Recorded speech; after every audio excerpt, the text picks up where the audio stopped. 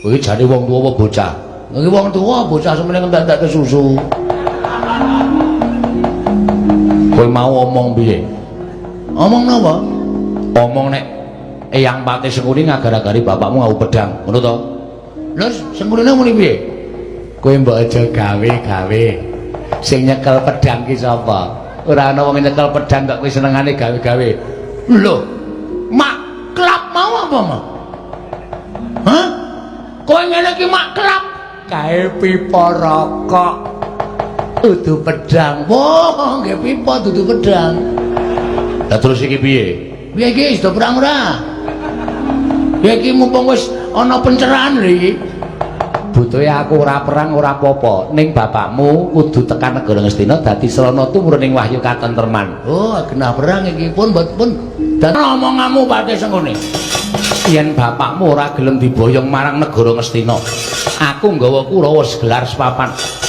Yen perlu Karang Kadempel tak bumi angus supaya bapakmu gelem diboyong ning negara Ngastina. Sak aku tak takon karo kowe, ngono kuwi wis dadi omongane Pati apa? Heeh.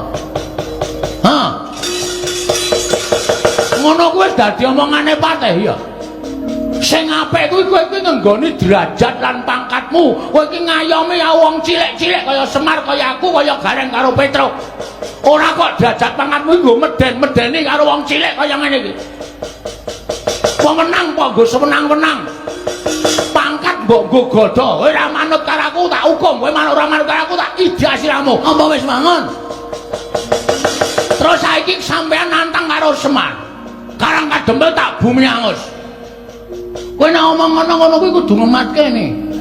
Ngematke. Mburinge ning Bagong apa ora? Aku ketua Linmas Karang Kadempel. Dadi nek kowe ngrasani Karang Kadempel arep gawe bumi angus ki padha karo kowe ngilani jagane Bagong kowe.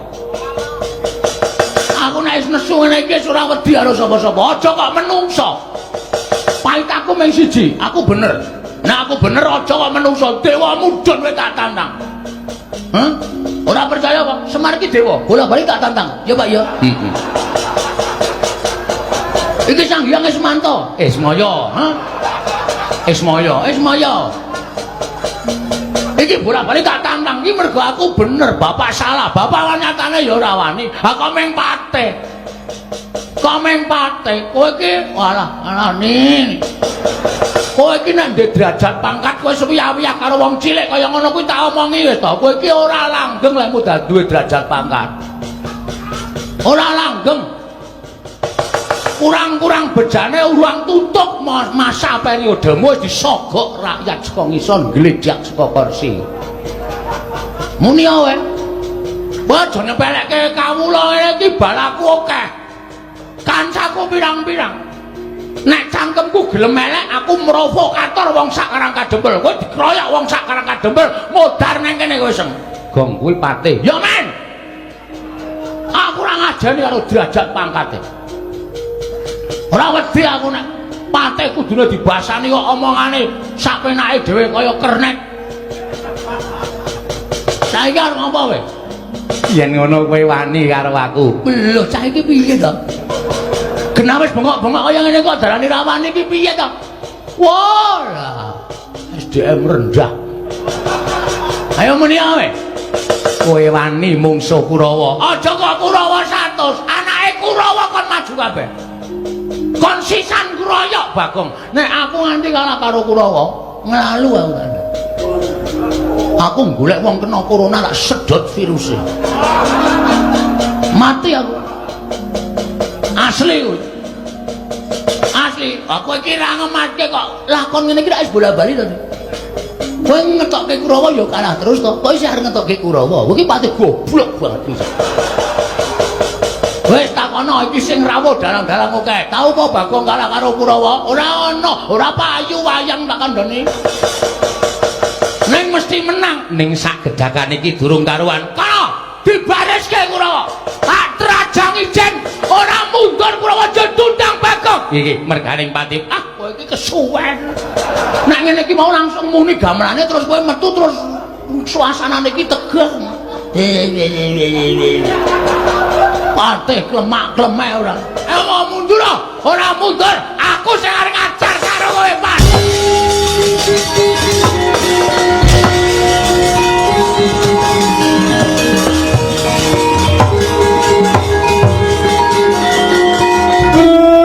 edan. Pancen ket biyen, Pak. Kersane Bapak, kowe iki ngono kuwi iki akibate apa ora tok pikir? Hah? Arep kowe mentang-mentang kaya Gendhewa ning nek Kurawa 100 mangkat bareng kowe kalah. Kurawa iki 100 pirang-pirang. Nek Sengkuni ndhawuhke Kurawa ngobong Karang Kadempel, telung kedheping netra Karang Kadempel kobong. Kendel ya kendelne nganggo utek ora sak penake dhewe. Iki dienggo sirahmu gedene semono kuwi isine banyu apa otak? Adake sapi teng ya, Tru. Ayo. Ayo otak, ayo otak. Ah, dene nek otak kudune iso mikir. Ora sak penakmu dhewe kaya ngono kuwi. Terus arep piye? Aku maju perang. Ijen. Ana ijen kalah. Ha terus? Ha iki anakmu ki mendorong men ngopo iki? Petruk ngewangi, "Dah. Aku ora ndek masalah kok." Mau nek kon ngewangi. Tru, ngopo? Kamu enggak sayang sama aku ya, Tru? Ya tresno ki tresno ning kowe iki sok kuwi lho, kewanenmu iki kliwat. Dadine aku ki sok tida-tida ngewangi kowe. Engko aku sing ngrampungi Kurawa. Ah, kowe iki mung ngomong tok wong cangkemmu jembare ra jamak kaya ngono kok. Kowe iki mung suarane tok, kowe sing tumandang aku sing lara, aku sing ngrasake diajar Kurawa. Gah, aku tak ngasuh bengi iki. Tru, ngopo? Engko rasa nyaur utangku wis. Ora moh. Moh. Reng, gah, salah.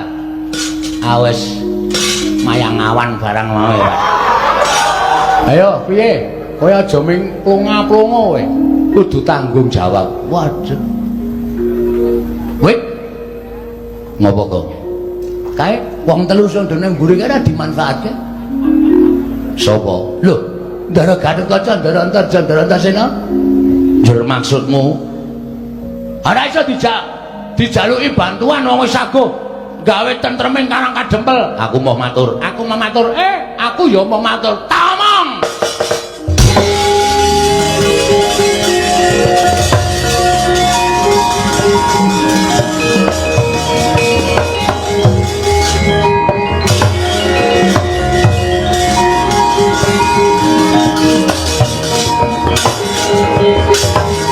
Ngariki. Malang kerik. Ya. Ndara-ndara ya manut bae ya. Aku komandan Linmas e. Ha iya. Ana apa, Pak? Sampeyan mau teng mburi dong apa? Jagongan karo Kakang Mas Antarja karo Dimas Antasena. Ngrembug napa? Kowe perkaraku kowe ora perlu ngerti rembugane Gatotkaca Antarja Antasena. Ha, sampeyan mundur wae sampeyan prisa mboten sing rawuh ning Karang Kadempel. Sapa, Bagong? Sapa iku? Patih Sengkuni. Hyang Patih Sengkuni. Heeh, anu iya. Niate Semar ora kleru, ora salah, ora luput. Arep dipateni karo Patih Sengkuni. Patih Sengkuni teng mriki wis gawa pedhang. Semar arep dibacok nek mboten kula sing temandang. Wah, Semar mati dina niki, Jaluk.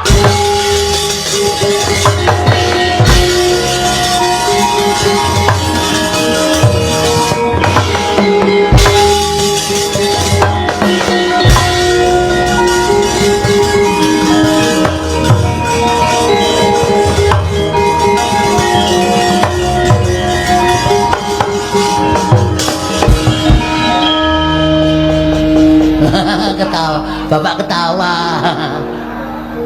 Panjen setan tenan.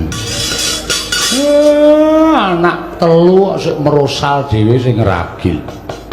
Kae engko nek nganti ngerti tok apusi tanggung jawabmu lho. Oke, sing penting Kurawa semingkir sik. Perkara engko aku dikeplaki ndara-ndara ora masalah. Wong aku wis kulino dicocoki karo ndara-ndara Gatotkaca, ndara-ndara nek gojek karo aku yo nganti nangani tenanan. Dirasake lho. Oh siap, rasa kuwatir. Wis tole. Tak jaluk jaganan Karang Kadempel. Upama ndara-ndaramu kae padha bondo yuda, ewangana engko ndak dikira. Kowe ora tanggung jawab. Nggih, ngestokke dawuh, Pak. Nggih, ngestokke dawuh, Pak. Wis kono Mak budal. Mboten ae gending to, Pak? So gending-gending apa? Nganggo gending-gendingan aku tak nentremke ati. ndedonga muga-muga Karang Kadempel tentrem, mengko sawise tentrem ana bab ing bakal tak aturake anak-anak Pandhawa kae mau. Oh nggih. Nek ngoten kula nyuwun pamit. Sing ati-ati, kula nyuwun pamit nggih Pak. Sing ati-ati Bagong aja kaya bocah sih.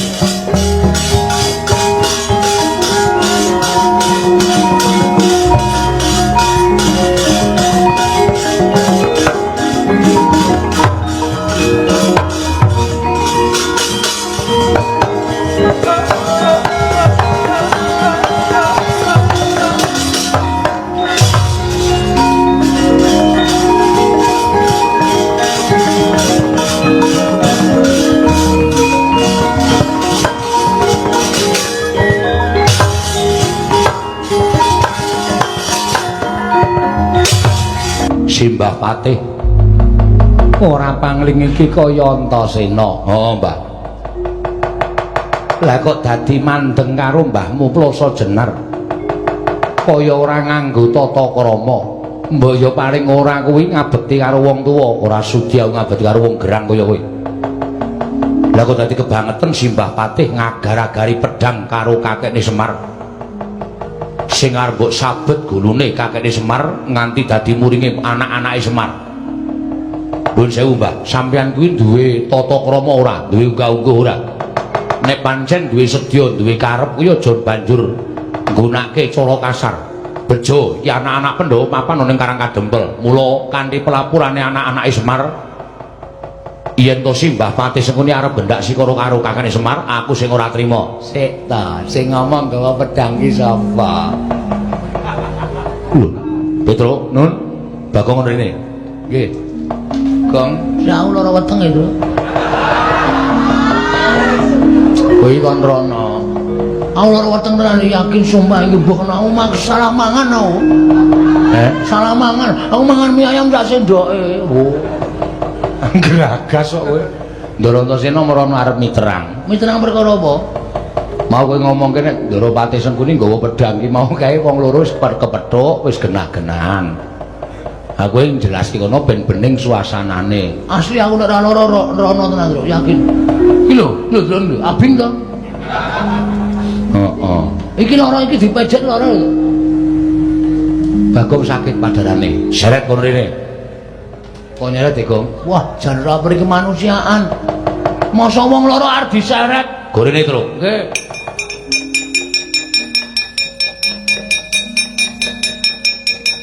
Pun.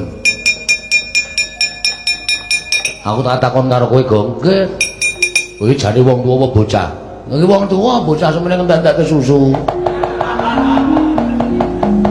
Kowe mau omong piye? Omong napa? Omong nek Eyang Patih Sengkuni ngagar-agari bapakmu ngau pedang, ngono to?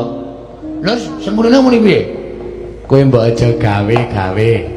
Sing nyekel pedang ki sapa? Ora ana wong nyekel pedang kok kowe senengane gawe-gawe. Lho, mak klap mau apa mau? Hah? Kowe ngene iki mak klap kae pipa rokok. Dudu pedang. Wah, nggih pipa dudu pedang. Lah terus iki piye? Piye iki sudah perang ora? Ya iki mumpung wis ana pencerahan lho iki. Butuhe aku ora perang ora apa-apa, ning bapakmu kudu tekan negara Ngastina dadi srana tumurning wahyu katentreman. Oh, genah perang iki pun dantemi mawon. Lho. Dantemi perkarane apa? Genar boyong bapak. Nek bapak ora gelem sampean arep ngobong Karang Kadempel, ha ta? Iya, pancen ngono. Iya, pun cetha ta? Lho, nek perkara Karang Kadempel ya wis, kuwi dudu perkaraku.